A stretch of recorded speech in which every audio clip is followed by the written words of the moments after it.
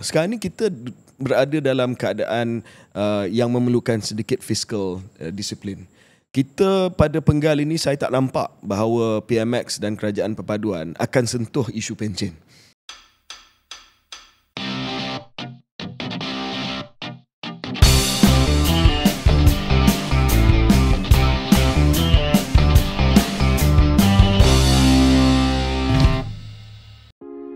Penat kena scam? Semak butiran syarikat di MyData SSM.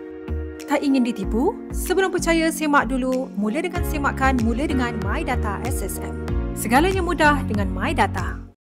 Assalamualaikum dan selamat datang ke episod 155 Keluar Sekejap bersama dengan saya KJ dan saya Syaril Hamdan. Syaril, saya membazir 2 jam semalam. Sebab saya tidur dengan nyenyak. Tapi dalam kereta? Ha? Dalam kereta ke macam mana? Bukan? Tak, di rumah. Oh, okey. Di rumah. Kenapa dalam kereta pula? Ingat jam ASEAN ni dah macam-macam komplain lah pasal trafik. Itulah, nanti kita sentuh ASEAN. Tapi semalam terpaksa bangun pada pukul 3 pagi sebab pasukan saya ada European Final. Ya. Ada tim macam tim Syaril tak masuk European Final, tapi tak tim apa. saya masuk European Final. Tapi hasilnya macam mana hasilnya? Tapi membazir masa, memang malu lah sebab menghadiahkan kemenangan pertama kepada Tottenham Hotspur dalam 18 tahun. Dia tak pernah menang trofi. And we were the ones to give them the Europa League. Tapi Europa League sekarang ni dah hilang seri dia. No, but it's a access into the Champions League. That's it. Saya rasa tidak adil pada pandangan saya. Sebab dahulu KJ, yang masuk Europa League ni termasuklah mereka yang nombor 3 dalam kumpulan Champions League. Dia akan masuk ke Europa League. Jadi yang menang Europa League tu ada kualiti lah. Ini yang masuk final pun 2 tim yang tak berapa berkualiti. Kalau semalam kita menang, I would say to you tough luck lah. But now I agree with you. You agree lah. Spurs should be in Champions League lah next year. Anyway, episod kali ni kita ada rakan strategik yang baru, iaitu MyData SSM. MyData SSM ini adalah platform dalam talian online yang menghubungkan pengguna kepada data korporat dan juga perniagaan yang telah disahkan daripada Suruhanjaya Syarikat Malaysia ataupun SSM. Mereka ni dilantik sebagai penyedia perkhidmatan rasmi SSM sejak tahun 2016 dan MyData SSM beroperasi di bawah model kerjasama awam swasta untuk menggalakkan inovasi, menambah baik penyampaian perkhidmatan dan menangani kekangan sektor awam melalui penyelesaian digital yang bersepadu. Syaril, MyData SSM. Sekarang ni sebab kita di KS dan sudah pasti Syaril sebagai seorang yang terlibat dalam private equity, kita sentiasa mencari syarikat yang kita nak, sama ada kita nak beli, kita nak melabur, kita nak kerjasama, dan kadang-kadang kita kena berwaspada dengan scam sebab orang Malaysia ni dia cepat kena scam. So yang politik ke? Politik, perniagaan, semualah, cinta, semua kena scam. So MyData SSM ini adalah satu perkhidmatan yang dibuat online yang mana sesiapa yang memerlukan maklumat korporat ataupun maklumat yang ada di SSM, mereka boleh pergi ke MyData SSM. Tak perlu pergi ke SSM apa queue dekat kaunter, lepas tu isi borang baru dapat dia punya ni, online, buat transaksi online di MyData SSM dan dapat segala maklumat yang ada di SSM berkenaan dengan syarikat berkenaan. Betul. Sebab memang data tu dah sedia ada wujud dalam Suruhanjaya Syarikat Malaysia, tapi ni soal accessibility. Dan use case dia, cara untuk menggunakan MyData SSM ni, iaitu platform digital ini, memang pelbagai. Bukan hanya untuk mengelak kita menjadi mangsa scam dalam mana-mana tawaran pelaburan dan sebagainya, tapi juga benda-benda lain, tawaran pekerjaan. Kalau kita ada orang datang cakap jom kita buat bisnes sekali, kita nak buat background check tentang individu tu sendiri sebelum kita tubuhkan syarikat bersama, misalnya joint venture, itu pun boleh dah kita guna MyData SSM dengan cepat untuk kita dapat ada tak sebarang red flag yang perlu kita berwaspada. ataupun kita KS ni sebagai satu podcast semak dan imbang kepada kerajaan. Kalau ada tender besar, lepas tu ada syarikat yang menang, lepas tu kita buat check profil syarikat tersebut, kita check pemegang saham dia, kita check penyata kewangan dia memang Koman yang company lah, dan kita boleh kata ini company Koman sebab kita dapat maklumat daripada My Data SSM. Itu bukan the best use case scenario lah, but that's by what is available through My Data SSM data only. Apa yang menarik juga Cik, secara ringkas mungkin lepas nanti break pun kita boleh bincang lagi. My Data SSM ni walaupun namanya My Data SSM, tetapi dia penyedia perkhidmatan. Dia ada perkhidmatan lain juga. Contohnya Digital Certified True Copy. We can touch on that later. DCTC nanti kita akan bincang. Jadi maksudnya ini satu lagi inovasi dalam ekosistem Malaysia ni, ekosistem digital Malaysia, memudahkan untuk kita banyak penggunaan. So jangan tunggu, jangan ragu kalau tak ada dalam My Data. Then you have to make sure that you are careful, red flags. So special today untuk penonton KS, anda boleh lihat ada QR code di screen where you can access kepada semua channels yang My Data SSM ada, website, their WhatsApp number, social media accounts, also di TikTok. Jadi untuk apa-apa inquiry, anda boleh go through these channels untuk tahu lebih mengenai servis My Data SSM. That's right. Okay. So mungkin kita start with some of the short local topics first. Boleh? Ya. Apa yang panas dalam minggu kebelakangan ni? Apa yang panas? Banyak benda yang panas tempatan. Tapi sebelum kita pergi soal policy, soal pun tak apa juga yang kita nak bincang, soal politik sekejap, iaitu pemilihan PKR. Saya rasa kita dah ulas 2 kali, jadi kita panas sangatlah. I think kita pun jangan tak nak menambah minyak dan sebagainya. Cuma nanti kita kena kecam, cancel semua. Ada ada biasalah. Dia tengah tribal, tengah hot. Just mungkin selamat maju jaya kepada semua calon, dan all the best, dan siapa yang menang dapat berkhidmat dengan sebaiknya lah. Maybe ini bukan memihak kepada mana calon, tetapi mungkin satu saya nak sebut. I know it's difficult sebab kami di KS pun telah melalui pelbagai pemilihan, sampai kena gantung, sampai kena pecat dan sebagainya. Tetapi, untuk mengelak kita masuk pemilihan. Ya, betul. Betul. Tetapi if there is any way, kalau ada apa cara juga untuk kekalkan perpaduan semula lah, ataupun membina perpaduan semula. Sebab bagi saya, kedua-dua calon utama timbalan presiden ini sebenarnya adalah aset negara, antara permata-permata politik yang kita ada, both Izzah and Rafizi. Whoever wins kan. So there can only be one winner yang akan diumumkan pada hujung minggu ini. But I hope siapa yang tidak berjaya itu tidak akan sama ada diusir keluar ataupun tidak akan meninggalkan perjuangan lah. There must be a way of staying in. Don't be like us lah. Dia bergantung pada banyak faktor, termasuk individu tu sendirilah, sama ada mereka nak atau tidak mahu, dan kita serah kepada kebijaksanaan masing-masing. But yes, all the best to both of them and everyone else contesting. All the best to all contesting. Okay, mungkin kita mula dengan isu penjualan vape. Sebab kalau kita ingat balik, memang dah ada Akta Kawalan Produk Merokok Demi Kesihatan Awam, Akta 852/2024, yang telah pun mengetatkan kawalan ke atas produk merokok. Akta ini dikuatkuasakan pada 1 hari bulan April, tetapi sepenuhnya penguatkuasaan, sebab sekarang ni saya difahamkan Menteri Kesihatan dia kata ada fasa pendidikan dulu, jadi tak sepenuhnya dikuatkuasakan. Dan di bawah akta ini memang ada syarat-syarat yang ketat yang telah pun ditetapkan untuk penjualan sama ada vape ataupun penjualan rokok. Dan antara larangan yang telah pun dibuat, contohnya adalah tempat menjual dan juga display ban, larangan pengiklanan dan juga kawasan larangan merokok yang mungkin diperluaskan, denda kepada mereka yang engkar kepada akta tersebut. Saya waktu di Kementerian Kesihatan mengambil tindakan sebab sebelum akta ini digubal, dan akta ini diluluskan selepas saya telah pun keluar daripada Kementerian Kesihatan, tapi sebahagian besar daripada akta yang lulus itu adalah hampir samalah dengan akta yang saya telah menghasilkan dengan pegawai-pegawai saya dulu di KKM. Cuma peruntukan GEG ataupun Generational Endgame itu yang dikeluarkan.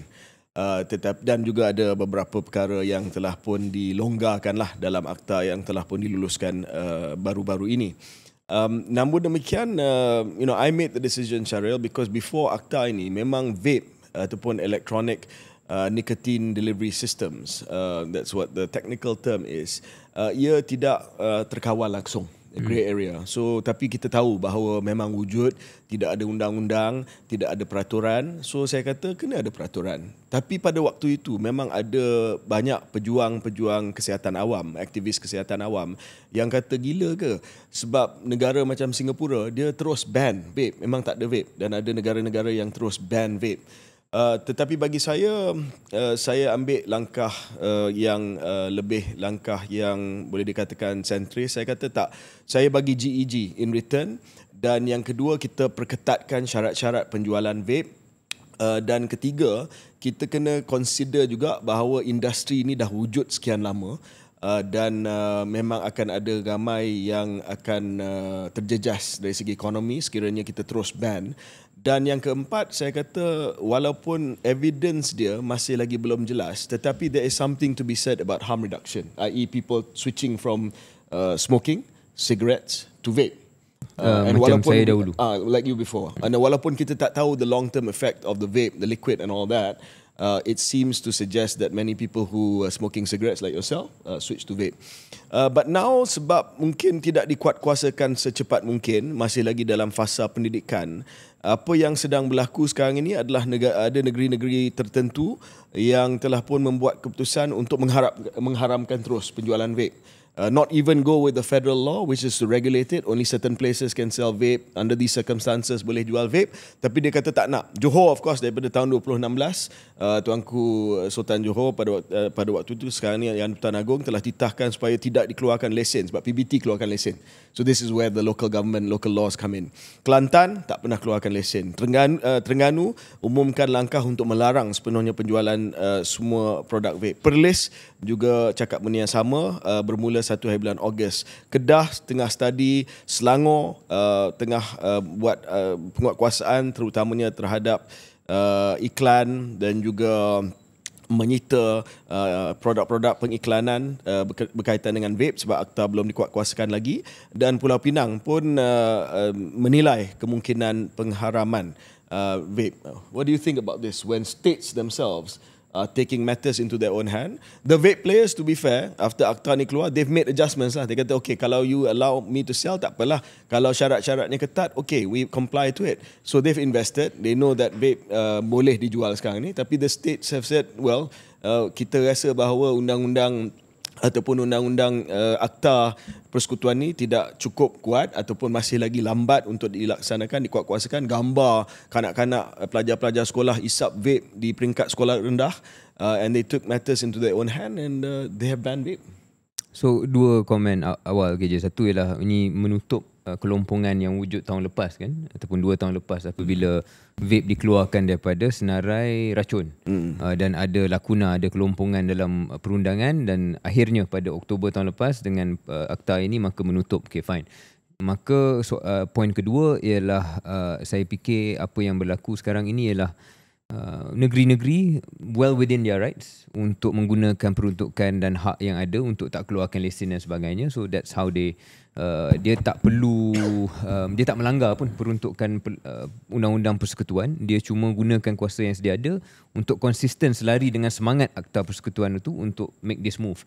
But poin ketiga saya lah, saya tak rasa ini adalah titik noktah, sebab mungkin ini langkah untuk negeri meletakkan signal bahawa mereka hendak lebih agresif. Kemudian saya yakin akan ada maybe a rollback, mungkin ada lobbying daripada the vape industry untuk cakap, look, why don't you, kita akan ikut lah, kita akan ikut peruntukan apa yang anda pihak negeri mahu kami buat, kami akan buat untuk mengizinkan industri ini berterusan dengan kawal selia yang ketat. Ya, itu mungkin satu ramalan yang akan terjadi sebab tak pernah tak berlaku di Malaysia, di mana satu pengumuman dibuat, lepas tu lobby daripada industri vape dan sebagainya.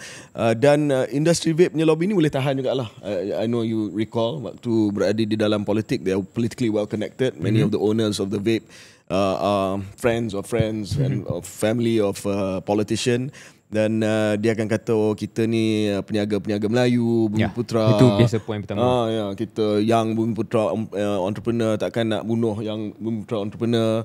Sedangkan benda yang dia jual tu membunuh orang juga. So, I mean, I think kita monitor lah, sebab saya yakin bahawa benda ni akan ada pushback. Kepada negeri, mungkin saya cadangkan tunggu dulu untuk dikuatkuasakan sepenuhnya akta yang telah pun diluluskan di Parlimen. Sebelum membuat keputusan. Kalau dengan pelaksanaan dan penguatkuasaan akta tersebut, di mana ada syarat-syarat yang ketat untuk penjualan vape, tak boleh diiklankan, tempat-tempat tertentu saja boleh jual vape. Kalau masih lagi tak puas hati, then I think you are well within your rights to take action at the PBT level lah. But I think let the force of the federal law take place first, dan lepas tu boleh tengoklah sama ada masih tak terkawal. Especially I think orang marah bila nampak kanak-kanak kecil isap vape. That was the trigger moment lah. Cuma barangkali kuasa yang mereka gunakan ini bukan kuasa yang datang daripada Akta Persekutuan kan? No, it's a PBT. It's just normal PBT. Lesen perniagaan. Which they can say yes and no to anything yang dia nak kan? Of course. Itu pertama. Kedua ialah kita lupa sebut ada negeri yang mana muftinya keluarkan fatwa lah. Kalau itu menjadi asas kepada pengharaman sesebuah negeri, mungkin contoh Kelantan dan Terengganu contoh, kalau itu yang menjadi asas, maka dia bukan soal nak konsisten atau tak konsisten dengan persekutuan lah, dia datang daripada semangat yang berbeza. So I don't know how that will change. Ada fatwa juga yang kata merokok itu haram, tapi steady Okay. Yep. Okay. What else? Seimbas lalu. Satu lagi isu yang mungkin nak kupas secara ringkas tempatan ke je ialah macam ni kita nak explain konsep FOPA kepada audiens berbahasa Melayu kebangsaan. Kesilapan. But it's more than kesilapan. Dia kesilapan yang memalukan lah, sedikit memalukan. Sebab saya rasa apa yang berlaku, kenapa saya bangkitkan FOPA ni ialah ada satu kenyataan daripada FAUXPAS. Betul. FAUXPAS. Dan ada FOPA, kesilapan yang sedikit mengaibkan bagi pandangan saya apabila Timbalan Menteri Komunikasi telah mengumumkan dengan bangganya bahawa Malaysia akan mewujudkan satu sovereign LLM ataupun large language model, macam contoh ChatGPT lah misalnya, ataupun GPT-4 tu, tapi Malaysia punya menggunakan chip daripada Huawei, dan chip yang paling canggih daripada Huawei, Ascend. Yes. So this is supposed to be the answer to Nvidia lah kot. Nvidia stock chips, right? So kenyataan tu keluar, satu sudah tentu ada implikasi geopolitik. Amerika Syarikat mengambil maklum, malah ada satu kenyataan X ataupun tweet daripada penasihat Donald Trump sendiri yang respon kepada kenyataan daripada wakil kerajaan Malaysia ni. Kedua ialah yang lebih penting, nampaknya benda ni tidak begitu benar ataupun tepat, bahawa ini bukan inisiatif Malaysia ataupun inisiatif kerajaan. Malah Huawei sendiri kata dia tak jual pun chip tu kepada Malaysia, dan tak ada langsung perjanjian antara kerajaan dan kerajaan. Jadi ini mungkin satu contoh di mana seorang ahli politik, seorang wakil kerajaan dijemput oleh nampaknya sebuah syarikat yang dinamakan Skyvest Cloud, Malaysian firm Skyvest Cloud. Mungkin dia datang ke event dan dia diberikan skrip untuk announce something, dan dia mungkin excited lebih, dan kononnya mengatakan bahawa kita akan buat ni dengan chip Huawei. So implikasi tu tak berapa cantik, and then benda tu tak betul pun. So tak pasal-pasal kita ada risiko membayar sedikit kos geopolitik for something that's not even true. Ya, saya rasa dalam hal ini Yang Berhormat Timbalan Menteri Komunikasi YB Teo Ni Cheng, kalau tadi Syahril kata FOPA, saya kalau gunakan istilah orang putih, this was well above her pay grade lah. Ini melangkaui kedudukan dia lah. Dia tak sepatutnya cakap pasal benda ni yang dia tak faham. Sebab satu, dia tak faham apa yang dia cakap. Yang kedua, dia tak faham yang apa yang dia cakap itu telah pun meletakkan dia di tengah-tengah persaingan geotekno yang paling hebat dalam dunia. Sebab the moment you say Malaysia ada full stack capability for AI using Chinese technology, using Chinese, so full stack ni apa? Full stack ni ada pusat data fizikal, ada server yang menggunakan AI, ada GPU, chip yang boleh melaksanakan AI yang dibuat oleh Huawei itu sendiri, dan ada model LLM seperti DeepSeek, end to end lah, end to end. Then of course akan ada response daripada US saying that, hey, what's going on? Takkan you've given up your AI sovereignty to China basically. So saya difahamkan cepat-cepat ada kenyataan ada MITI keluarkan kenyataan untuk kata tak adalah, benda ni just a private initiative. Dan apa yang satu lagi faux dia KJ ialah benda kalau katakan ini adalah kononnya full stack AI menggunakan chip yang canggih untuk buat sovereign LLM, iaitu model yang dimiliki dan datanya disimpan di Malaysia, sebab itu yang digembar-gemburkan oleh Yang Berhormat Teo Nii Ching. Benda tu memang dah diumumkan lah, sebab YTL.ai YTL.ai is doing that, right, with NVIDIA chips. Yeah, correct. So as a deputy minister, I would have thought benda besar macam tu dia patut tahu lah. When she was giving that remark, she should have known that there already is this sovereign LLM project yang everybody is talking about, everybody in the industry is talking about. So suddenly ada baru daripada Skyvest ni, a bit unfortunate lah yang benda itu berlaku. Oh, we can be nefarious and say she knew exactly what she was talking about. maybe. And she was batting for the other side. That is only being speculative. Okay, Syaril ada bangkitkan beberapa minggu yang lepas bahawa ada pertikaian undang-undang antara Petronas dengan Kerajaan Sarawak, kalau tak silap saya. Dan Kerajaan Sarawak telah membawa ke mahkamah aktiviti komersial Petronas di Sarawak, dan ini telah pun mencetuskan ketegangan antara Kerajaan Negeri Sarawak dan Petronas, and of course by extension Kerajaan Persekutuan. Ini rentetan daripada of course keputusan untuk Petros, sebuah syarikat oil and gas ataupun syarikat minyak dan gas yang dimiliki oleh Kerajaan Negeri Sarawak, mengambil alih sebagai agregator gas di negeri Sarawak. Maksudnya bermula daripada bulan Mac tahun ini, semua pengedaran, pemasaran dan pembekalan gas di negeri Sarawak adalah perlu patuh kepada Petros. Dan pertikaian ini bukan hanya melibatkan Petronas dan Petros, melibatkan masa depan, keuntungan dan juga kelestarian Petronas sebagai khazanah minyak dan gas untuk seluruh rakyat Malaysia, tetapi juga mengeruhkan hubungan dan juga semangat federalisme yang ada di Malaysia. Saya difahamkan, Syaril, ada susulan daripada pertemuan Yang Amat Berhormat PMX dan juga Yang Amat Berhormat Premier Sarawak, Datuk Patinggi Tan Sri Abang Jo, pada 9 hari bulan Mei. Kesepakatan telah pun dimuktamadkan dalam bentuk kenyataan bersama pada 21 hari bulan Mei. Details are sketchy, details are not clear. Tetapi adakah ini mencukupi untuk pertamanya mencari penyelesaian kepada kemelut antara Sarawak Putrajaya, Petronas, Petros? But more importantly, I think apart from that, is to provide some measure of stability, some measure of predictability, especially untuk pelabur-pelabur asing yang mana terjejas disebabkan ketegangan ini. Saya kurang pasti KJ sama ada kita boleh cakap begitu, kerana beberapa faktor. Pertama ialah, kalau KJ sedar, hari pertama ada dikeluarkan sebuah kenyataan oleh Pejabat Perdana Menteri yang katanya merangkumi satu kenyataan bersama lah.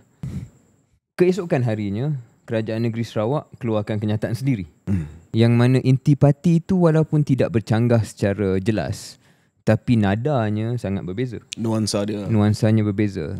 Yang paling mudah ialah kenyataan Kerajaan Negeri Sarawak, tak silap saya, tidak menyebut pun tentang Petroleum Development Act. Dia hanya menekankan DGO, iaitu ordinan yang membuatkan Malaysia, Sarawak jadi aggregator gas lah kan. So the recognition of PDA tu, the omission of the word PDA in that second statement speaks volumes lah bagi saya. Dan bila saya check balik, trend ini berlaku 2-3 kali dah KJ. Sebab pada Januari 2025 Hari pertama PMO keluarkan statement, hari kedua Sarawak keluarkan statement. September 2024 pun sama juga, ada mesyuarat PM dan PMX dan Premier. Media sebut isu selesai, next day Nada, Abang Jo ataupun Kerajaan Sarawak dia macam ada tambahan lah, so dia ada echo sikit selepas itu. So saya nampak itu faktor pertama. Tapi bukan setakat itu saja kerja. Saya tengoklah sedikit sebanyak dia punya intipati. Ada perubahan sedikit, peralihan dari segi kedudukan Petroleum Development Act, iaitu Akta Pembangunan Petroleum 1974 yang menjadi asas Petronas dan juga DGO ni. Kalau tengok balik statement-statement awal daripada PMX, dia dulu mengatakan bahawa when in one interview, tak silap saya cakap dalam bahasa Inggeris lah, that PDA is the overarching framework. Ya. So mungkin kerangka induk. Kerangka induk, ya.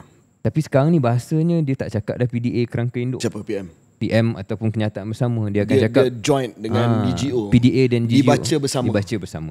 Yes. So dah tak ada hierarki yang ditekankan. Sedangkan PDA should be federal law. Yes, federal law we always assume atas kan.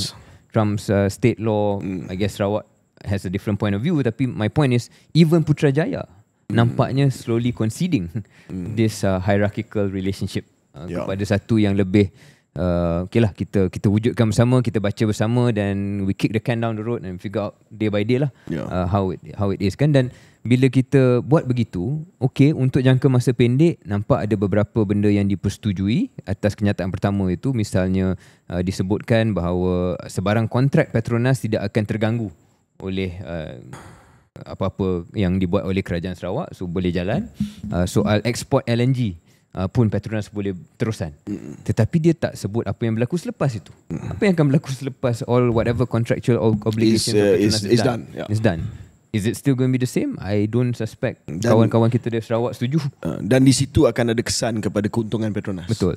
But biasa dalam trend politik, that is maybe 5-10 years down the road, so I don't have to worry about it now. Tapi kita sebagai rakyat dan kita sebagai orang yang melihat benda ni lebih panjang, ada asas untuk sedikit khawatir lah.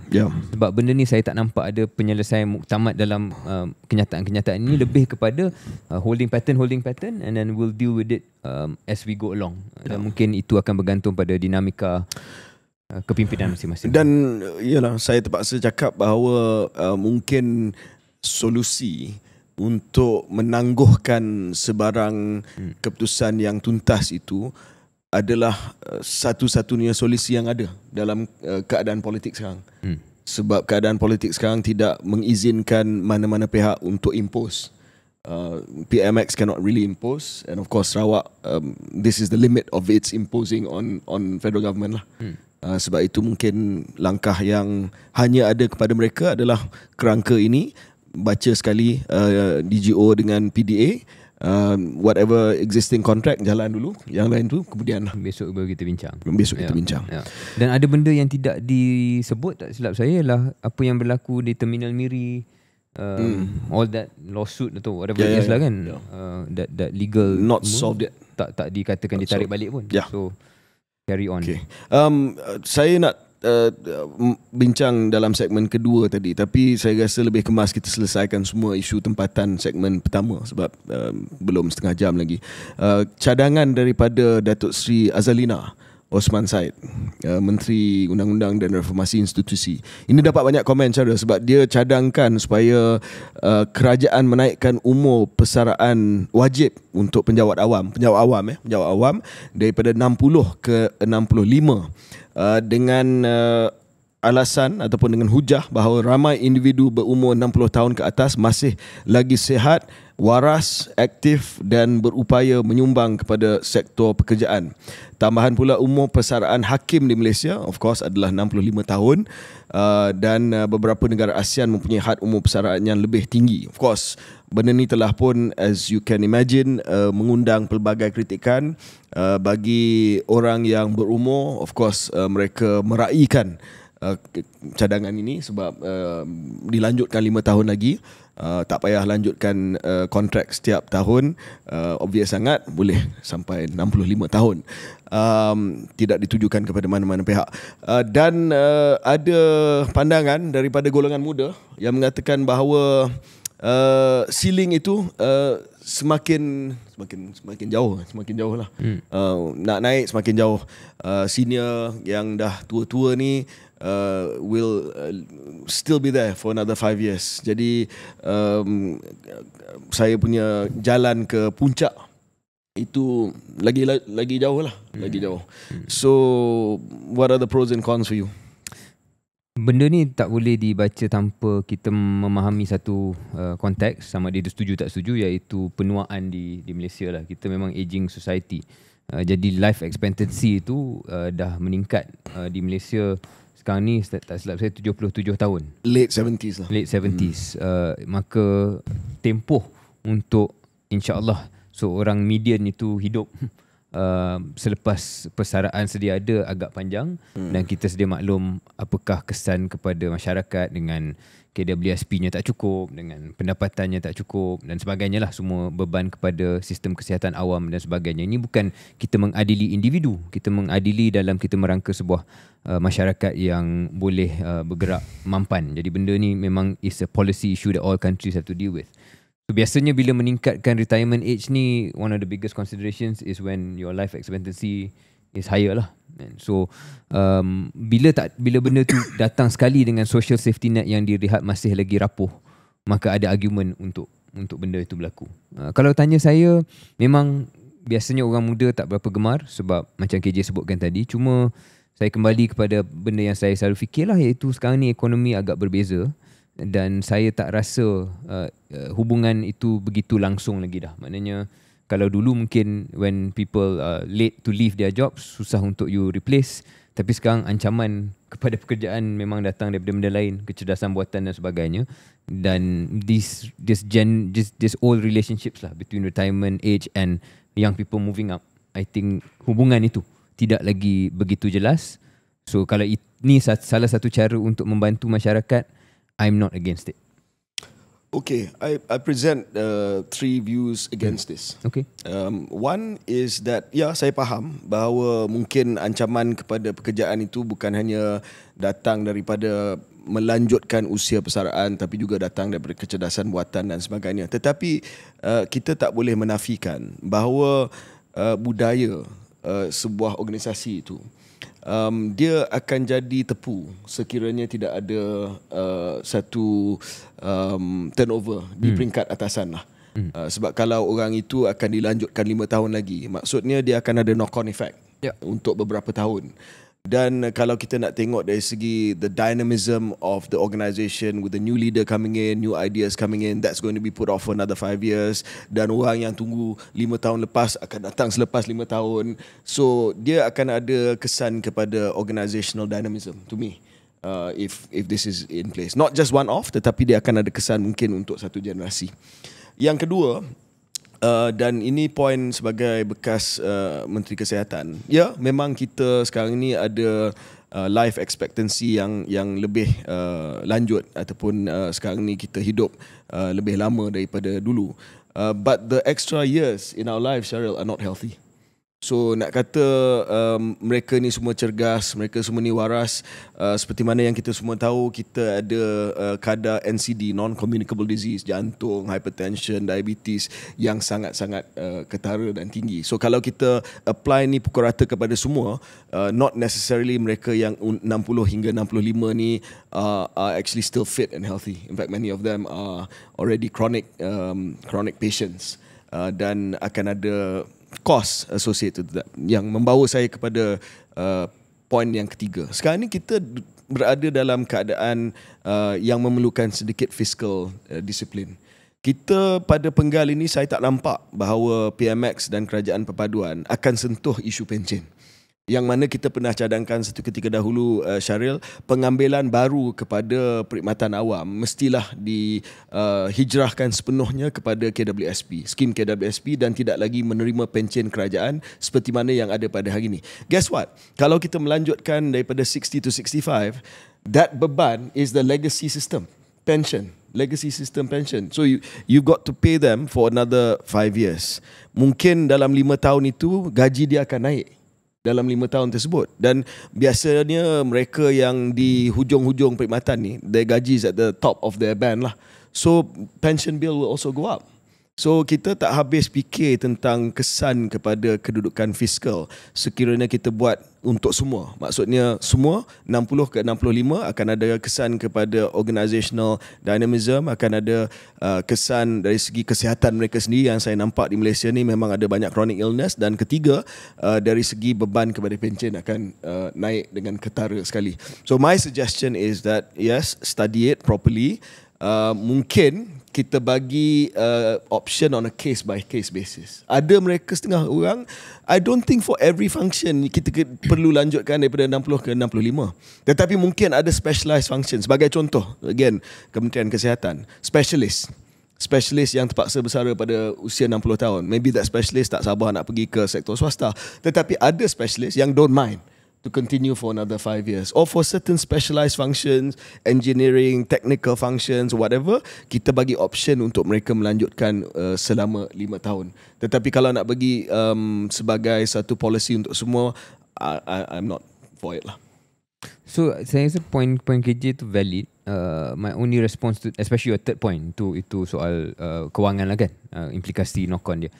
Tapi yang dua tu, tidakkah KJ merasakan bahawa ada logik juga apabila kita katakan bila bekerja itu, tidak bekerja dengan bekerja, dan implikasi pada kesihatan itu bukannya kata kalau terus bekerja maka akan sakit. Malah ada juga hujah kan bahawa kalau kita retire dan tak ada plan untuk retirement tu, dan your mental capacity and semua itu pun boleh menurun. So I'm not so sure about that second point. Assuming the lifestyle of the average penjawat awam is healthy lah. Hopefully at 65 dia tak adalah breakfast curry puff dan sebagainya, nasi lemak everyday. Tapi itu yang saya nak bangkitkan lah dari segi tu. Kan kedua ialah barangkali kita punya jaringan keselamatan sosial tu masih belum kukuh, dan kalau dibiarkan secara berterusan macam sekarang ini, tidakkah KJ juga melihat kalau KJ kata soal pencen tu jadi beban, but what is the beban when they are non-productive, when they could have been productive? So I think the way to solve that is bukanlah untuk melanjutkan usia persaraan wajib kepada 65 untuk semua. You're talking about thousands of civil servants here, but actually untuk mewujudkan golden pathways untuk mereka selepas mereka bersara, sama ada perniagaan ataupun transition to private sector, and then of course to come up with melalui mungkin EPF pernah bincang dengan kita cara, as you know, social protection lah, untuk mereka yang dah bersara di bawah paras pendapatan tertentu, mereka mungkin boleh dapat government benefits in perpetuity lah, sepanjang hayat mereka. Tetapi this is not the solution to that. Right. No, I like that point about this golden pathway. So mereka terus menjadi anggota masyarakat yang boleh produce economic if they output, want to. Kalau mereka mahu. Sama juga this one, it's not a force for you. Tak dipaksa, tapi masih boleh membantu menyumbang pada economic output, and therefore they help society that way tu. Okay, mungkin kita take a break dan kembali selepas ini.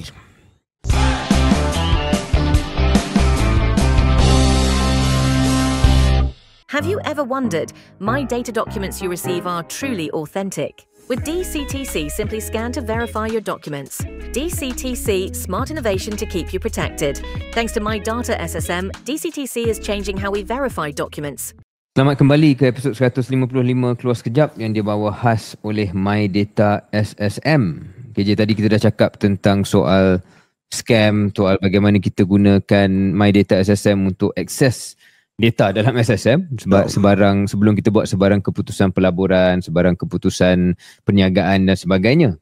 Tapi macam saya bagi preview tadi, dia bukan hanya data daripada SSM semata-mata yang boleh kita gunakan My Data SSM ni, sebab mungkin kita tak buat benda ni, tapi dah kita dimaklumkan agensi-agensi kerajaan dah menggunakan produk ataupun perkhidmatan My Data SSM untuk buat DCTC, iaitu Digital Certified True Copy. Certified True Copy ni ialah untuk kita sahkan dokumen itu sahih ataupun fake, sahih ataupun tidak. Dan biasanya dia kena buat secara manual, tetapi sekarang ni kita dengan teknologi, kita dah ada kemampuan untuk buat bukan CTC lagi, tapi DCTC. Biasanya ada stamp ni lah. Biasanya ada stamp daripada SSM, Certified True Copy. Maknanya sijil itu adalah sah adalah tulen dan tidak dipalsukan. Tetapi sekarang ini melalui My Data SSM, mereka ada teknologi yang telah pun dipelopori oleh My Data SSM sendiri untuk menghasilkan digital certified true copy. Jadi kalau ada contoh macam kita cakap pasal vape tadi, kalau ada penguatkuasaan betul untuk PBT ke sesiapa ke KKM ke, dia nak tengok sebuah kedai tu ada tak dokumen dan lesen yang sah. Dalam kes ini pemeriksaan, kalau nak tengok dokumen tu betul tidak, dah ada. Dia ada the digital certified true copy checker yang boleh scan benda tu sama ada betul ke tidak. Sebab kadang-kadang penguatkuasa dia pergi serbu pejabat ataupun premis perniagaan. Premis perniagaan tu relax saja sebab dia dah ada kat dinding tu, dia adalah dia punya degree PhD, lepas tu dia ada dia punya sijil PDF PDF dia. So PDF but there's no way to check, right? There's no way to check sama ada certified true copy ke tidak. Tetapi melalui checker ni boleh scan sama ada dokumen itu asli ataupun dokumen yang telah pun dipalsukan. Ya, dan ini ada potensi jauh lebih besar daripada hal-hal penguatkuasaan saja. Dan kita harap sesiapa yang mendengar, mereka yang berada dalam agensi dan sebagainya boleh fikir macam kalau dah ada Malaysian company My Data SSM ni yang dah memang legit, dah buat kerja untuk SSM pun, why don't mereka juga fikir ada tak cara untuk buat kerjasama dengan My Data SSM, memikirkan apa yang boleh dibina untuk memudahkan delivery of government services. Okay, sekali lagi untuk penonton KS, anda boleh lihat QR code di screen where you can access kepada semua channels My Data SSM yang ada, website, WhatsApp number, social media account dan juga TikTok.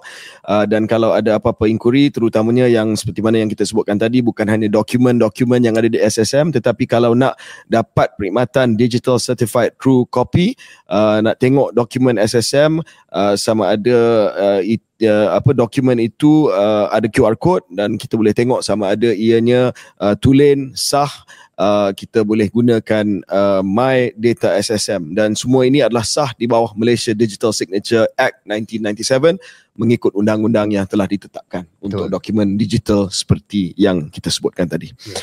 Okey, Syaril, sedang berlaku ataupun mungkin akan menutup tirai tidak lama lagi nanti. Minggu ni sibuk di Langkawi, minggu depan sibuk di Kuala Lumpur, tetapi kenapa minggu ini sibuk di Langkawi? Sebab kita ada satu pameran yang paling besar, yang paling hebat, yang saya fikir tak silap saya lebih besar daripada mana-mana pesaing rantau ini, iaitu Lima. Langkawi International Maritime and Aerospace Exhibition. KJ, kemarin saya di airport, lapangan terbang untuk pergi ke Pulau Pinang, ada program lain lah. Saya duduk sebelah seorang pakcik ni yang nampak berumur lah, berumur agak senior, dan dia dengan sangat gembira menceritakan kepada saya bahawa dia akan pergi ke Lima, dan itu kali pertama dia pergi. Dan dia pergi dengan anak dia, anak lelaki dia dah pergi 2-3 kali, dan dia nampak macam just an uncle yang betul-betul nak sangat pergi. Adakah beliau arms dealer? Dia bukan, memang jelas bukan arms dealer. Tak nampak langsung. Tapi I guess you never know. Why would he say he's an arms dealer? That is true. But tapi dia kali pertama lah dia nampak sangat teruja. So saya tak pernah pergi Lima gitu. I've never been to Lima. It's fantastic. I'm sure it is. Sebab KJ dan juga Syaril bukanlah pakar dalam bidang ini, kita jemput seorang pakar yang saya sendiri mengikuti di media sosial, saudara Marhalim Abbas, seorang penulis dalam bidang pertahanan, defense journalist yang ada website Malaysian Defence dengan with a C, Malaysian defence.com.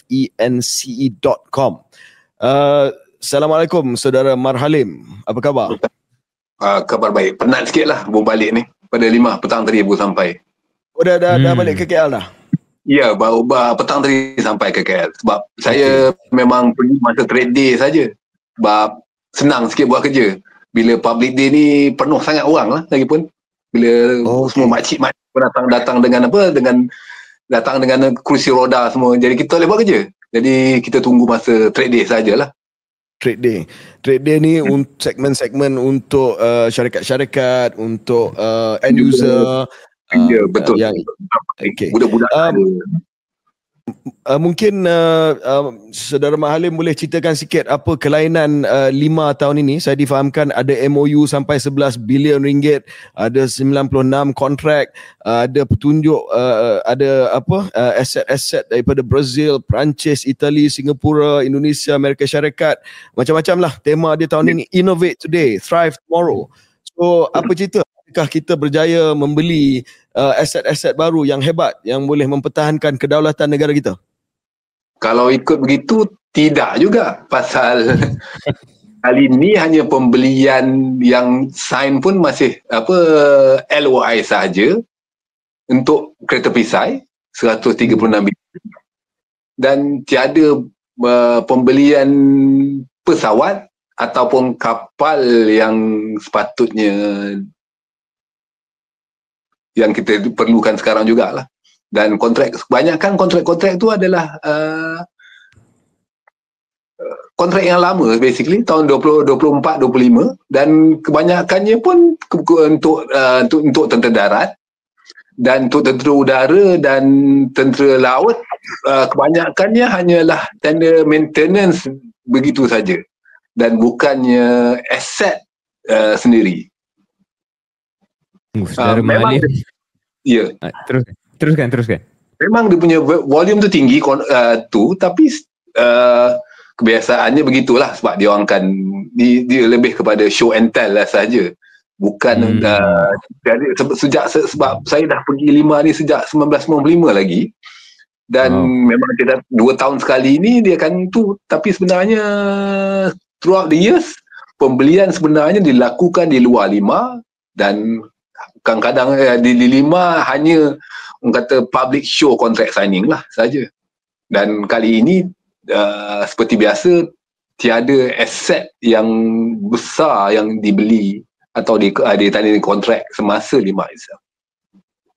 Jadi dia tak jauh beza dengan kadang-kadang bila pengumuman angka-angka FDI yang besar, tapi sebenarnya dah setting awal, kemudian hanya dia macam Trump baru ni pergi ke Timur Tengah, lebih kurang macam tu lah. Benda-benda lama pun dia packagekan sebagai pengumuman dia. But I think sometimes this show and tell penting juga, ada nilai sebab dia ada nilai lah, dan juga nilai memberi semangat kepada rakyat Malaysia bahawa Malaysia ni menjadi negara tumpuan, negara-negara lain datang tunjuk aset mereka. There is some soft power associated to it lah, yang saya rasa ada sedikit ada sedikit sebanyak nilai dia. Saudara Mat Halim, mungkin saya nak tanya sikit sebab spesifik lah kita nak bincang, sebab saya rasa rugi kalau kita tak dapat pandangan Saudara Mat Halim tentang benda ni. Kita nak bincang sedikit tentang gap ataupun tentang kelompongan yang ada dalam sistem ataupun dalam kesiapsiagaan pertahanan kita lah. Let's start with benda kalau dalam perarakan Hari Merdeka, aset yang paling gas sekali adalah kita punya jet pejuang lah.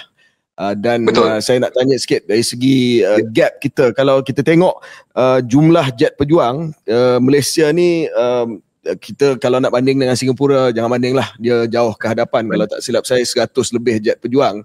Kita punya tak silap saya dalam 40. Itu pun tak pasti berapa banyak yang airworthy, yang boleh betul-betul berjuang di udara ataupun hanya berjuang di hangar saja. Saya nak tanya Saudara Mat Halim, dulu dikatakan pernah diumumkan bahawa ada pembelian multi-role combat aircraft, maknanya jet pejuang yang boleh buat macam-macam lah. Dan dikatakan kita nak beli daripada Korea Selatan, bukan Korea Utara, Korea Selatan. What's happening to that? MRCA punya program masih lagi tertangguh pasal peruntukannya belum ada lagi, dan kemungkinan akan ada dalam peruntukan pada tahun depan lah, 5-year plan 2026 sampai 2031 lah. Dan mengikut plan UDM memang begitulah.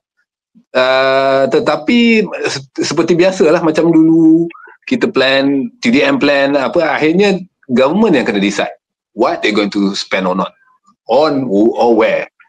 So saya rasa pun TDM pun sedang menunggulah adakah ianya akan berlaku dan peruntukan tu kan akan disediakan. Setakat ni masih tak dengar lagi lah peruntukan tu, walaupun dia selalunya dalam rancangan Malaysia ni peruntukan tu ada, tapi tidak digunakan. Dia masuk dalam plan tu dan dikatakan peruntukan sebanyak ni, tapi di akhir rancangan Malaysia tu, adakah ia yang digunakan untuk beli aset tersebut? Seperti dalam RNK ke-12, bajetnya lah 50 bilion. Yang sekarang ni lah RNK ke-12. Pada 5 tahun kebelakang sampai tahun ni lah 50 bilion. Tapi kalau kita ikut bajet, hanya 22 bilion dibeli. Barang yang actual yang kita kontrak lah. Jadi hampir setengah tidak digunakan. Dan begitulah. Balik kepada MRCA ni, Multi Role Combat Aircraft. Kenapa ia diperlukan? Kenapa kita perlu beli jet pejuang ni? Tak cukup ke dengan kita punya Sukhoi semua tu? Tidak cukup, pasal Sukhoi pun dah dekat 20 tahun. Masa display masa pembukaan 5 atau hari, orang TDM yang membuat siaran masa tu pun berkata, inilah kapal terbang vintage Malaysia. Vintage. Memang ada masa tu. I don't know whether he understood the meaning or not, tapi kesemua kapal terbang dia tu semua dah terlebih pada 20 tahun lebih. Saudara Malim, saya sebagai yang mungkin kurang arif tentang butiran, tapi saya rasa mewakili banyak suara di luar sana yang bila tak arif ni, tapi ada gambaran yang umum lah. Gambaran umum ialah aset-aset pertahanan dekat Malaysia ni sama ada tak cukup, sama ada tak berfungsi ataupun usang dan sebagainya. Itu persepsi dan tanggapan yang mungkin saudara Malim yang sebagai yang lebih pakar tentang perkara ini, secara umumnya adakah tanggapan itu adil ataupun sebenarnya ada yang lebih boleh kita banggakan? Adil sebenarnya, sebab benda pertahanan ni seperti juga kereta dan juga benda lain perlu sentiasa mengikut masa.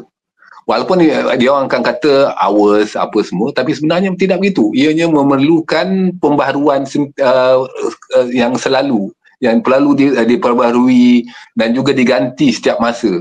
Bukannya setahun sekali ganti, tapi sekurang-kurangnya 15 tahun sekali, untuk memastikan bahawa pesawat-pesawat ni boleh berfungsi mengikut apa yang kita hendak.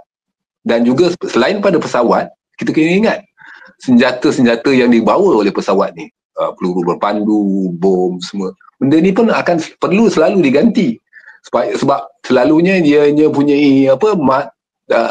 tarikh hidup selama dalam masa 10 tahun.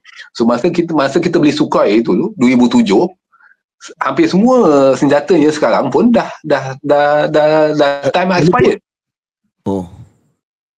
So dan dia telah dipanjang ke umur, dan sekarang dia telah dipanjang ke umur. Tetapi dalam masa 5-6 tahun lagi, kita memerlukan peluru berpandu baru, bom yang baru, untuk memastikan bahawa ianya berfungsi seperti yang kita hendak. Kalau makanan yang luput tarikh, kita akan dapat cirit-birit. Kalau misal yang luput tarikh, apa akan jadi? Dia mungkin tidak pergi apa yang kita hendak lah. Kalau kita nak tembak A, mungkin dia tak sampai A lah. Dia sampai di tengah jalan dan jatuh lah. Tidak berguna lah. Ya, betul bang, faham. Ada satu konsep ini yang saya baca soal asymmetrical warfare, iaitu apabila kita ada keadaan yang sebagai sebuah mungkin negara yang kecil yang tidak boleh bersaing dengan aset yang tak seimbang lah. Tak seimbang dengan mana-mana ancaman kita, maka ada aset tertentu yang menjadi lebih penting. Contoh coastal asset dan sebagainya lah. Mungkin saudara Malim boleh cerita dengan bahasa yang mudah bagi penonton dan pendengar. Adakah itu sebenarnya kaedah untuk saudara Malim, itu cara yang terbaik untuk kita sedar diri, akui apa yang kita tak ada dan fokus kepada apa yang boleh kita buat untuk lebih pertahankan dalam keadaan asimetri ini? Boleh. Hanya masalahnya industri kita tidak bertumpu ke arah itu sekarang, dan kita tidak pernah mempunyai industri yang buat begitu sekarang. Kita tengok macam Ukraine, dia buat drone semua.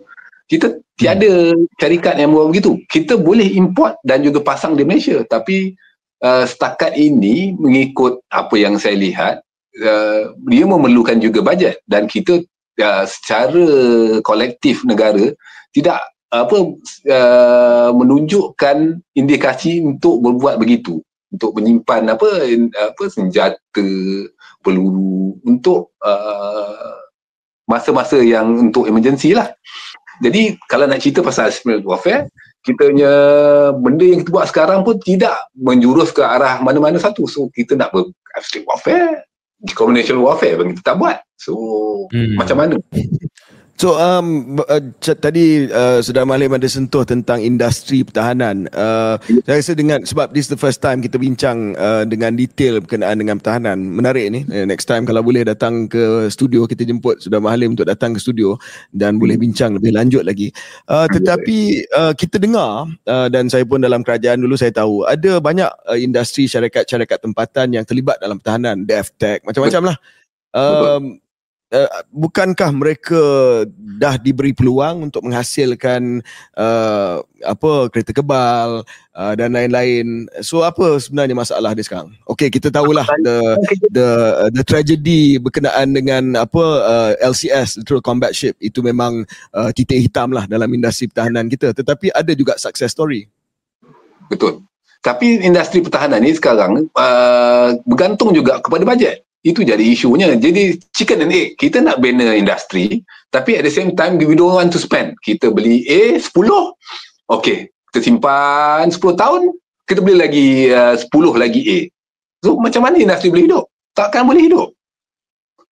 Dan kita tak mau beli pada negara-negara yang macam Amerika Syarikat, yang mempunyai industri pertahanan yang besar, dan alat-alat pertahanannya yang boleh dikira murah lah dari segi kos. Macam dia punya armored personnel carrier dalam 1.3 million saja kalau kita convert direct lah, kalau kita beli direct. Tapi bila kita beli dengan through agent here, dah naik dekat 10 juta. Jadi kita tak ada, in terms of economic terms, kita tak boleh compete of that with that. Dan bajet kita terlampau kecil untuk sustain the industry itself actually. Kita tak we don't spend enough money. Memang ada industri, tapi lebih kepada maintenance dan begitu jugalah. Itu macam buat kapal. Kita buat kapal dulu masa 1999, kelas Kedah, 6 biji, tapi tertangguh hampir 10 tahun dan syarikat tu juga diminta untuk membuat LCS. Itu gap tu hampir 20 tahun antara kapal pertama dengan LCS. So industri kan dia dapat sikit, dia spend tiba-tiba habis, dah tak ada mana projek. Tunggu 5-6 tahun, pekerja semua lari, habis lah. Macam mana dia nak buat sustain the business? Macam buat kalau kita fikirkan orang buat gerai makan pun, kalau seminggu sekali dia buka, boleh ke dia bertahan untuk sebulan? Tak boleh punya. Macam kita tengok macam Singapura, dia buat kapal satu dulu daripada Perancis, dia beli pada Perancis direct, dia 5 kapal lagi dia buat dengan negara dia, bersambung. Lepas tu dah habis 5 tu, dia start buat satu lagi projek kapal, buat 6. Dah siap kapal tu, dia buat sambung 6. So dia punya continuity tu memberi sumber kewangan kepada syarikat yang juga syarikat negeri sendiri dan bukan private, dan juga membina human resources punya capacity. Kita tidak buat begitu. Kita buat sikit, stop, buat sikit, stop, buat sikit, stop, buat sikit, stop. So akhirnya industri sendiri tidak akan berkembang. And the same, kita pun beli kereta kebal 136, 257. So it's technically unsustainable as a business venture, especially private companies kan. Ya. Okey, mungkin satu lagi yang saya nak tanya Saudara Mahalim, ini berkenaan dengan kekuatan kita di laut.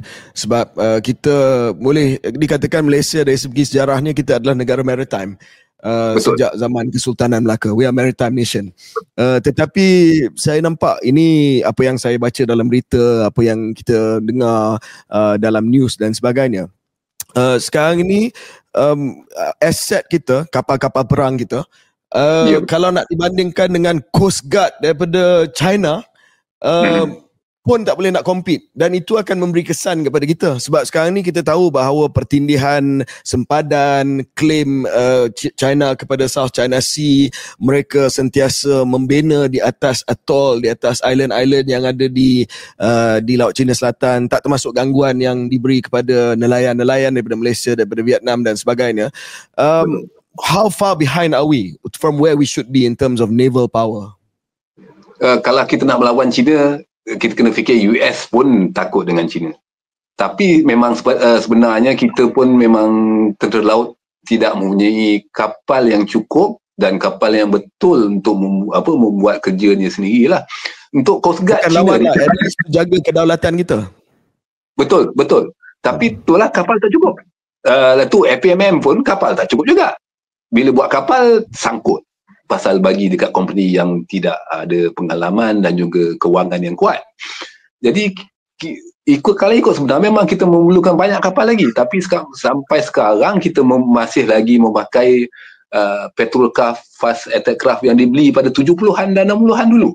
Sebab kapal baru tersangkut. Macam Kedah class tu patutnya buat 12 tapi akhirnya jadi 6, dan frigate yang dibeli masa dulu sebiji 2 biji stop. Sebab kita macam cakap tadi lah, kita tak ada continuity of plan. So kita buat satu kapal atau kita beli satu kapal, kita stop. Tunggu 3-4 tahun, 5-6 tahun.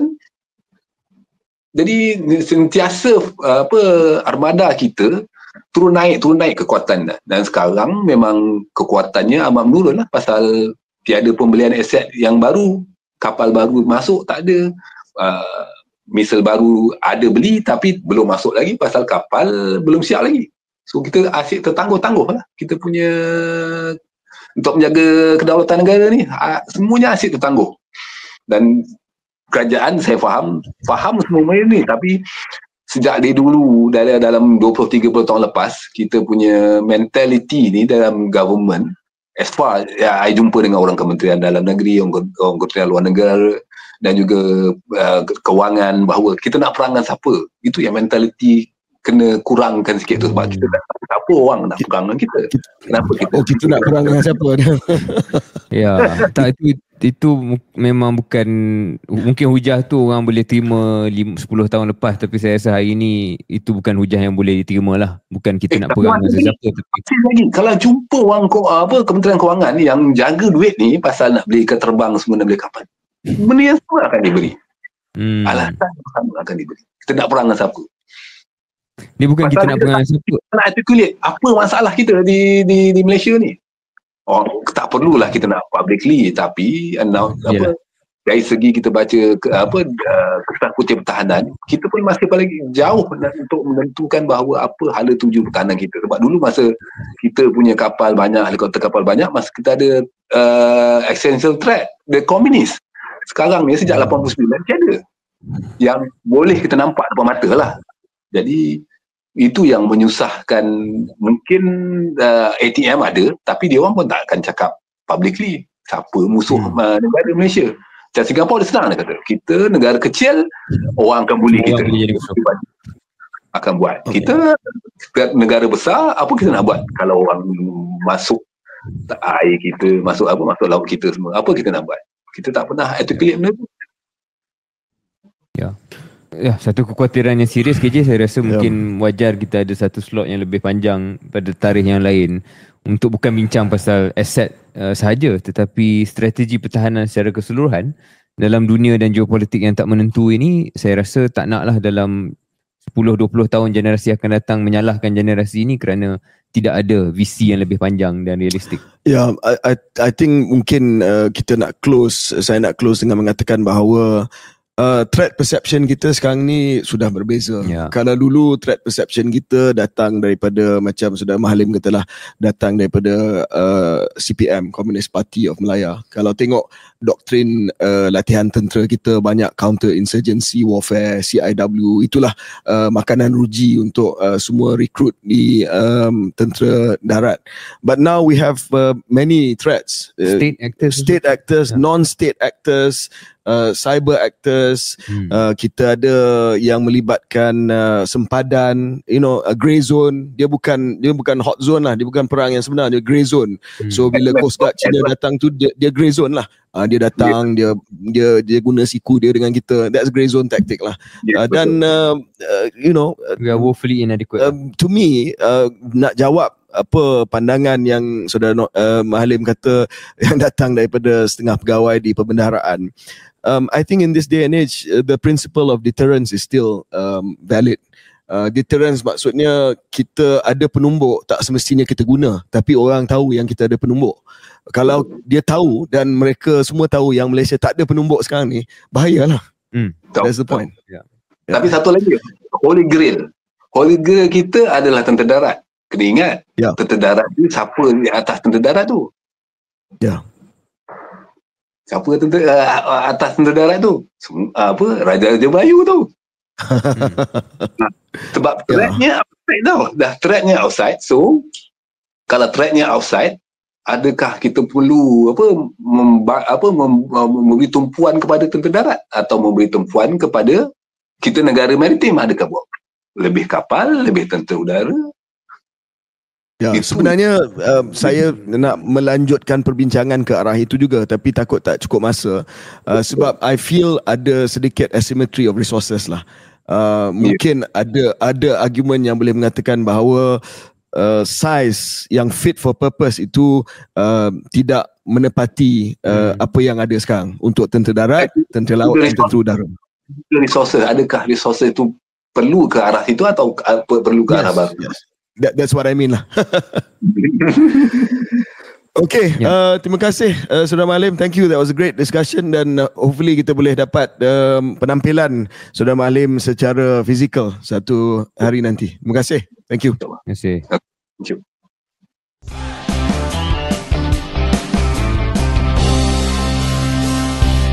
Looking to elevate your business?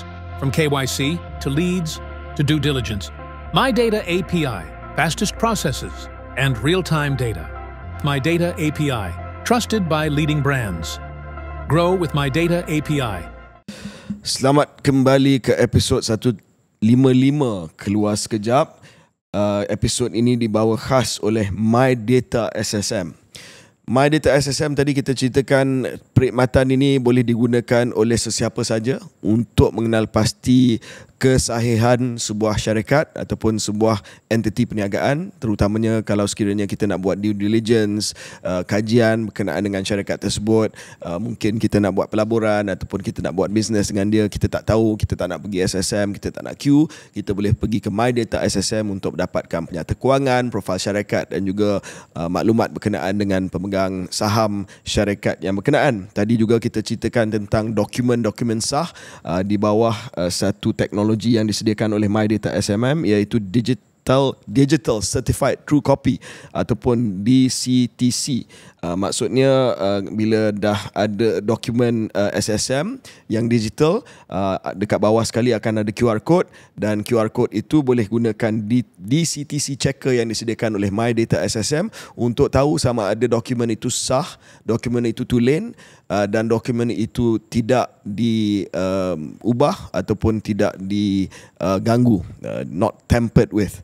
Yang ketiga, Syaril, apa yang menarik tentang My Data SSM ini? Jadi tadi kita dah cakap bagaimana kita sebagai individu biasa, founder, startup dan sebagainya, sebelum kita buat apa keputusan boleh guna My Data SSM. Kita pun dah bincang soal bagaimana penguatkuasa boleh gunakan MyCTC.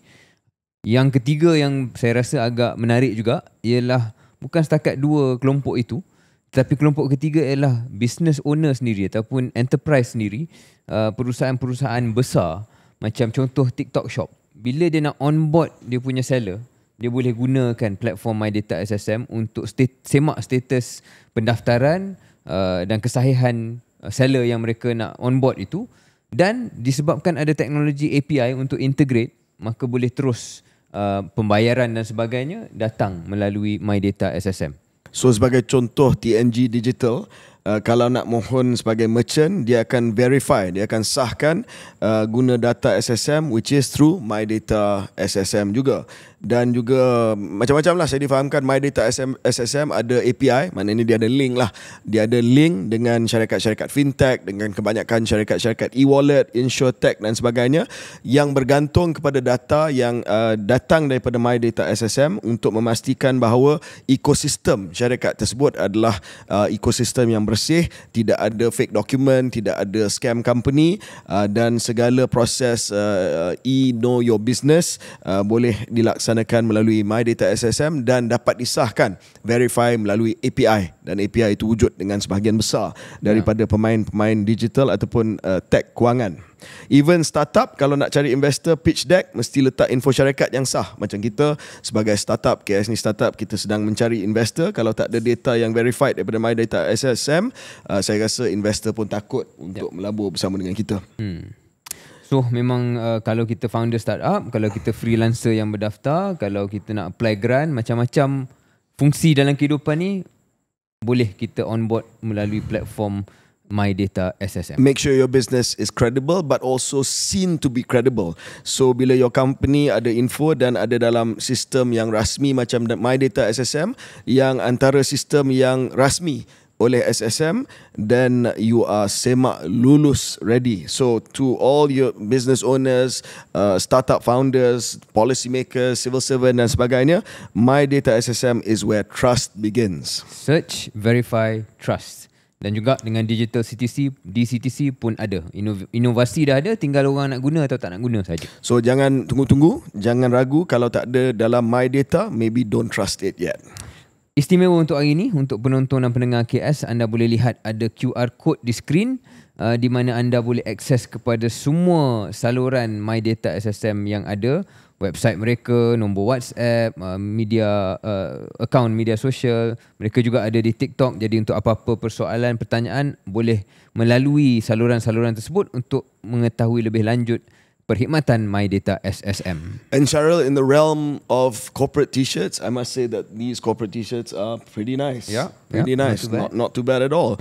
Jadi untuk pendengar dan penonton setia KS, My Data nak bagi anda something special untuk episode, boleh redeem t-shirt My Data dengan WhatsApp mereka dan sebutkan hashtag MyDataXKS. Anda boleh scan QR code dan WhatsApp mereka. For those yang mendengar, don't worry, you can get their WhatsApp number in the description of this episode on Spotify and all the audio platforms. So My Data SSM is where trust begins. Okay, Syaril, last segment. Apa kita mula dengan benda-benda yang mengundang makian. Mengundang makian. Traffic jam. Okay. Bukan kali pertama kita jadi host ASEAN ke je. Tapi kenapa ni macam rasa kali pertama dan juga tempoh hari Presiden Xi Jinping datang, jalan memang ditutup. Memang extra lah. Dan dia tak bagi tahu, yalah, untuk keselamatan, dia tak bagi tahu bila waktu yang dia akan tutup jalan yang mana. Maka kita hidup dengan serba ketidaktentuan. Saya pun pelik juga, Syaril, sebab kita biasanya ada mesyuarat majlis raja-raja. Kan? Dan kalau saya kira, kita ada 9 raja-raja Melayu. Campur dengan negeri-negeri yang tidak beraja ni, Sarawak, Sabah, Melaka, Pulau Pinang, 4 kan? Jadi 12. 9, 4, 13. 13. ASEAN ni ada 10. Kan? So kalau majlis raja-raja, dia tak tutup untuk tempoh yang lama. Dia hanya tutup bila raja-raja lalu daripada istana mereka ke istana negara. So kenapa dalam kes ASEAN ni dia punya penutupan jalan lagi hebat daripada penutupan untuk mesyuarat Majlis Raja-Raja Melayu? Satu persoalan yang baik, saya rasa dibangkitkan. Bila ada keraguan, kita My Data SSM. But anyway, saya nampak, okay, we'll get into the substance of ASEAN lah. Tapi saya nampak banyak ketidakpuashatian ni adalah penutupan jalan yang lama. Saya difahamkan ada syarikat-syarikat yang enggan memberi work from home. Sebelum kerja KJ, anak saya tak boleh pergi sekolah. Ada sekolah yang ditutup. Betul anak Syaril punya sekolah ada di tengah bandar. Adakah Perdana Menteri negara sekian-sekian lebih penting daripada pendidikan anak saya? Wow. Nampaknya iyalah. Tahniah, anda sudah menjadi seorang netizen. Okay, tu semi gurauan ya, jangan. Okay. So anyway, nasib baik dia hanya untuk seminggu saja. Kalau Syaril risau berkenaan dengan anak Syaril ke sekolah, saya pun sama juga, berdepan dengan masalah yang sama juga. Saya ada masalah yang kedua sebab pada hari Selasa nanti ada meet and greet dengan pemain-pemain Manchester United. Oh, itu tak penting. Mungkin saya tak nak pergilah lepas malam kan. Tapi akan berlaku di Jalan Ampang. So Jalan Ampang pun tutup.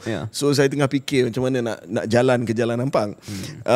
Dan kedua yang menjadi sedikit menimbulkan kemarahan adalah ramai netizen yang kata, bukankah Putrajaya itu dibina untuk tujuan ini?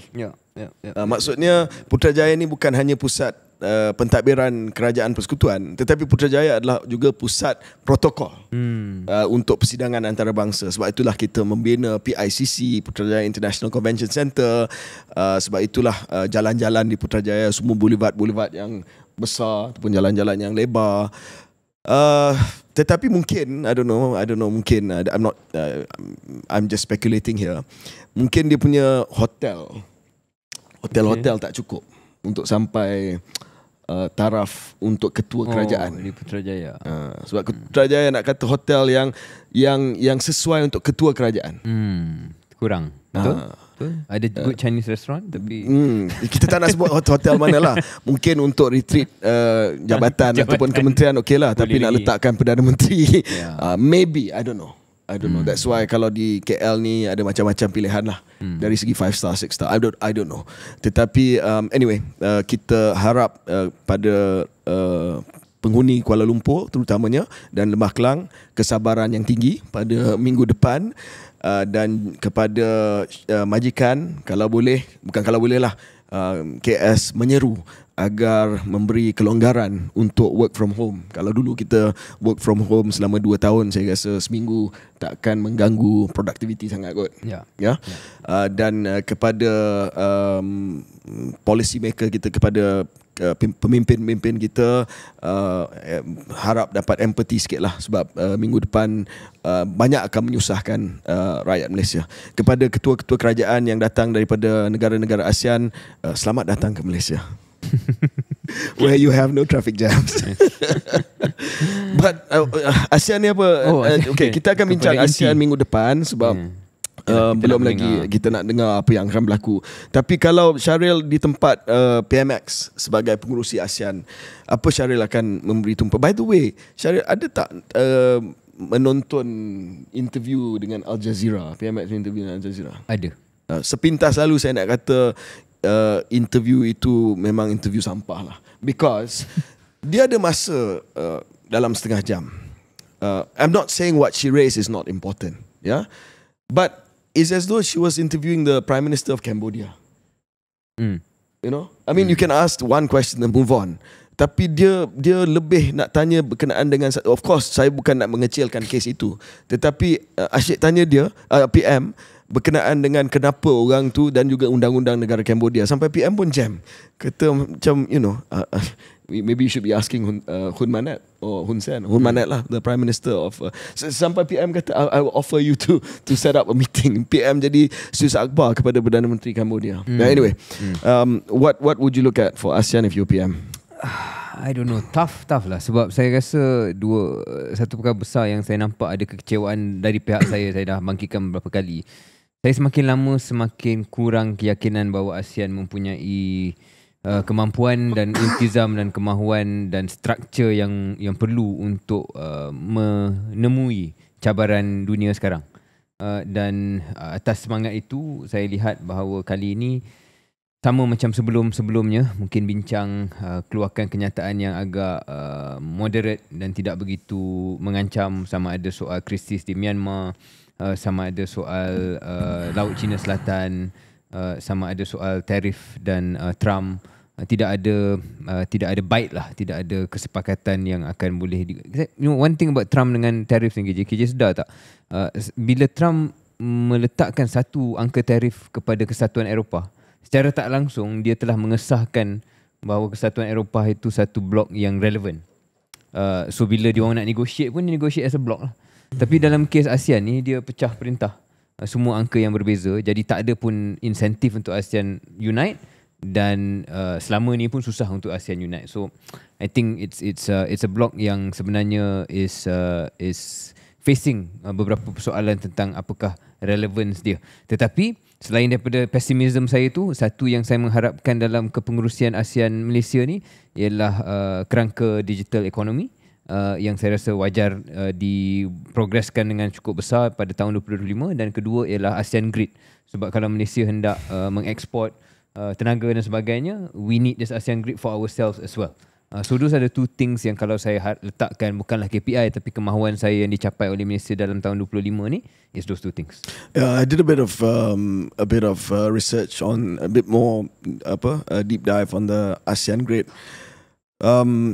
Also dia lebih mudah untuk bercakap daripada melaksanakan sebab memerlukan pelaburan yang sangat besar, memerlukan usaha untuk memurnikan undang-undang dan juga peraturan yang pelbagai, dan melibatkan kemampuan ataupun kapasiti yang berbeza-beza. So of course it's nice to have the grid, tetapi saya rasa seperti biasa ASEAN ni, kita mula dengan a smaller coalition of the willing and able first, daripada kita meletakkan harapan kepada ASEAN wide implementation. ASEAN has really always, what we want is from Laos, right? From Laos. Yeah. But ASEAN has always worked well bila dia bermula dengan 2-3 negara dulu, dan dia diperluaskan, sebab kita kena faham bahawa kemampuan kita berbeza-beza.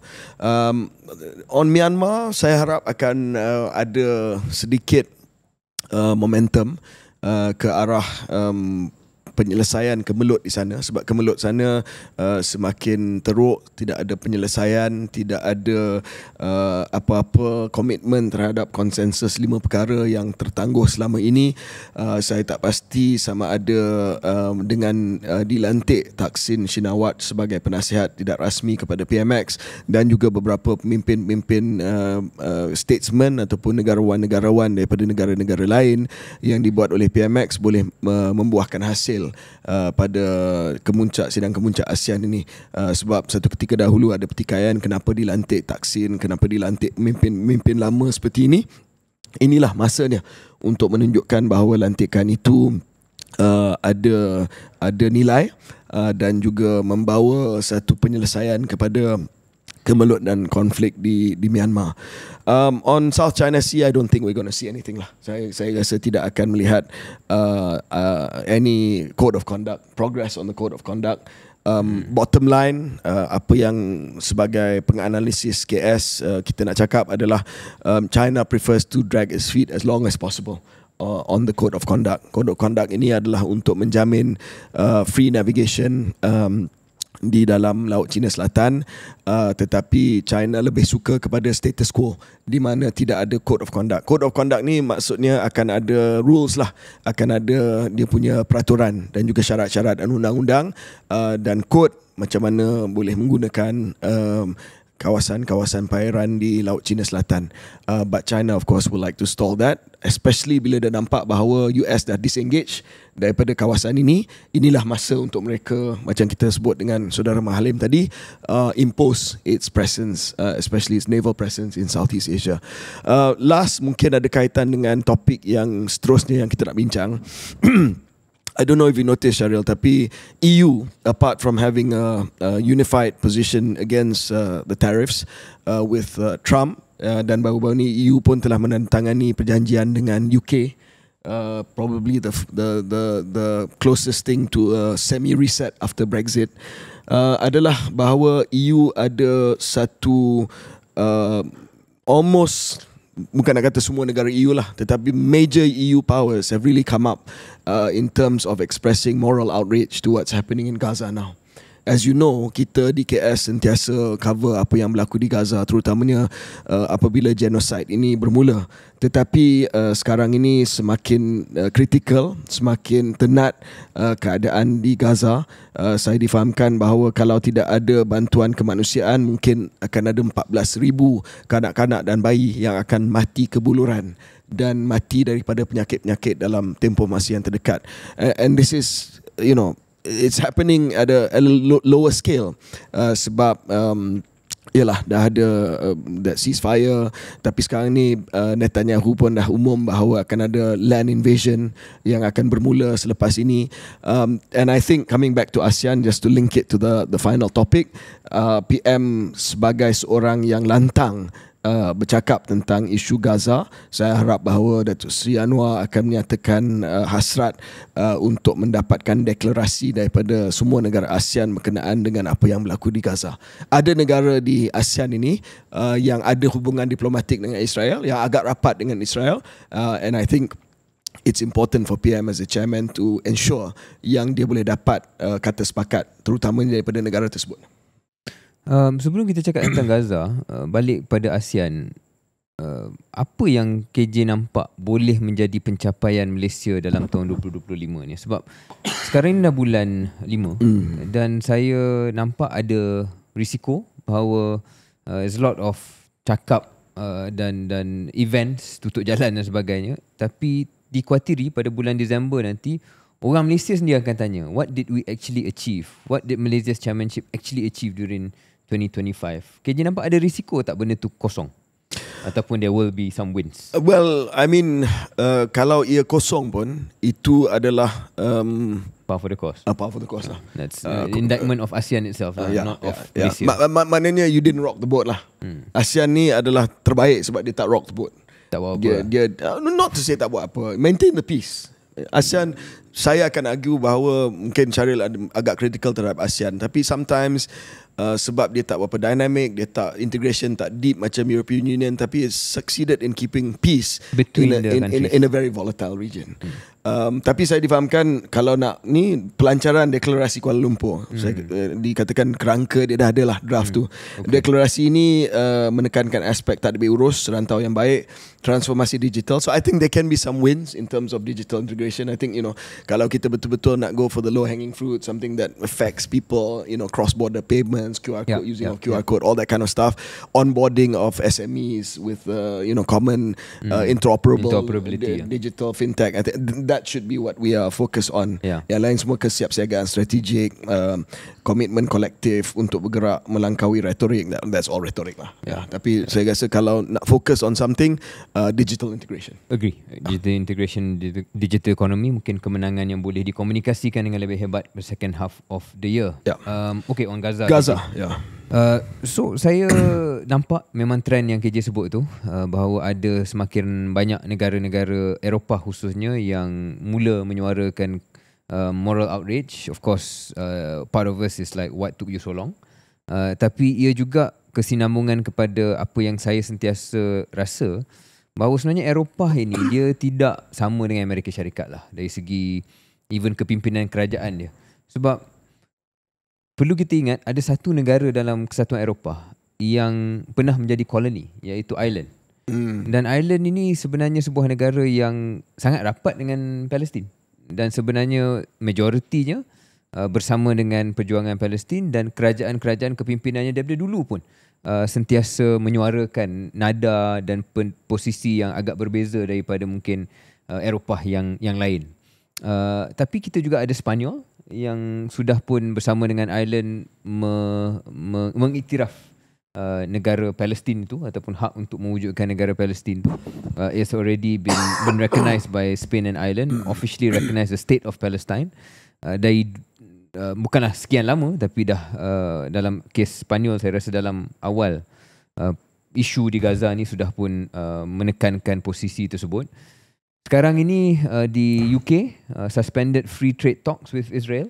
Jadi dah, dan saya tengok kenyataan David Lammy, iaitu menteri luar dia, yang selama ini sangat pro Israel, tiba-tiba menukar nada dalam kenyataannya di Parlimen, mengatakan apa yang dilaksanakan Israel kebelakangan ini tidak boleh diterima, dan statement-statement daripada pemimpin yang lain. So saya nampak ada shift. Saya tak tahu apa yang membuatkan peralihan ini nampak macam tiba-tiba berlaku. Mungkin kalau nak spekulasi, apa yang dibangkitkan oleh KJ dalam 1 atau 2 episod lepas, iaitu apabila Trump telah pun memberi isyarat bahawa dia tidak akan ikut sangat nada Israel melalui lawatannya ke Riyadh dan sebagainya, mungkin itu menjadi satu pemangkin kepada beberapa pemimpin yang selama ni kecut untuk lebih berani. Dan juga semakin banyak laporan yang keluar. Tapi benda tu dah lama dah. No, but even more daripada orang barat sendiri, yang mengesahkan bahawa, I just wanted to point out, there's one study that was highlighted recently, pada awal tahun ni, Lancet, which is an international medical publication. Sebab memang ada banyak keraguan berkenaan dengan jumlah kematian di Gaza. Kalau agensi berita barat, dia akan kata ini angka yang datang daripada Hamas. Seolah-olah itu adalah kod untuk mengatakan bahawa this is in fact inflated lah, numbers inflated. Tapi ada researchers yang buat, yang diterbitkan oleh Lancet, international medical publication, yang mengatakan bahawa the death toll is actually 40% higher than Hamas's estimate. So kalau kita extrapolate sampai hari ni, it's not 50,000. It's between 70 to 110,000. You're talking about almost what? I don't know. Tak boleh dibayangkan angka sebegitu. And then now 14,000 children who are on the brink of starvation. So I don't know, Syaril. I don't know what apa yang telah mengubah mood music di barat. Tetapi I think now more than even 6 months ago or 8 months ago, even saya baca ada usaha dalam beberapa minggu ni, beberapa negara barat selain daripada Sepanyol, selain daripada Ireland, yang akan mengiktiraf Palestin sebagai negara Palestin. That's a big move, right? That's a big move dalam dunia geopolitik ini. And then of course apa yang things that capture the popular imagination lah, macam apa yang berlaku kepada Gary Lineker. I wanted to bring that up. I mean, that's the kind of thing yang sure, the genocide is happening, people are dying, but then when something like that happens, Lineker dia lebih dekat dengan dia punya idola. Oh wow, Lineker, principal Stan leaves the BBC. Mungkin untuk yang kurang memahami, kita podcast Keluar Sekejap ni pun diinspirasikan oleh The Racist Politics. Dan The Racist Politics ni adalah sebahagian daripada podcast yang di Empire Goalhanger podcast, Goalhanger, yang dipelopori oleh Gary Lineker. Satu ketika dulu, Gary, if you want to buy us, we can discuss. Up for sale. Pernah menjadi penyerang England dan juga beberapa klub di Liga Perdana Inggeris. Dan beliau sebenarnya seorang yang konsisten di media sosial dan juga di kenyataan-kenyataan di media untuk mengeluarkan posisi yang agak jelas pro-Palestin walaupun dikecam dan sebagainya, dan disanggup hilang pekerjaan atas pendirian tersebut. Satu benda yang terpuji. Okey. Saya rasa itu saja. Banyak dah kita bincang. Sekali lagi terima kasih kepada My Data SSM. So untuk mendapatkan segala maklumat yang sahih berkenaan dengan segala maklumat yang ada di SSM berkenaan dengan info syarikat, berkaitan dengan info syarikat, berkaitan dengan penyata kewangan, berkaitan dengan Certified True Copy Digital, Certified True Copy, dan untuk kita menggunakan sistem API yang ada pada My Data SSM untuk kita onboard sebuah bisnes supaya syarikat fintech, syarikat e-wallet dan sebagainya tahu bahawa kita adalah sebuah perniagaan yang sahih, yang sah dan yang verified. Gunalah My Data SSM. Penat kena scam? Semak butiran syarikat di My Data SSM. Tak ingin ditipu? Sebelum percaya, semak dulu. Mula dengan My Data SSM. Segalanya mudah dengan My Data.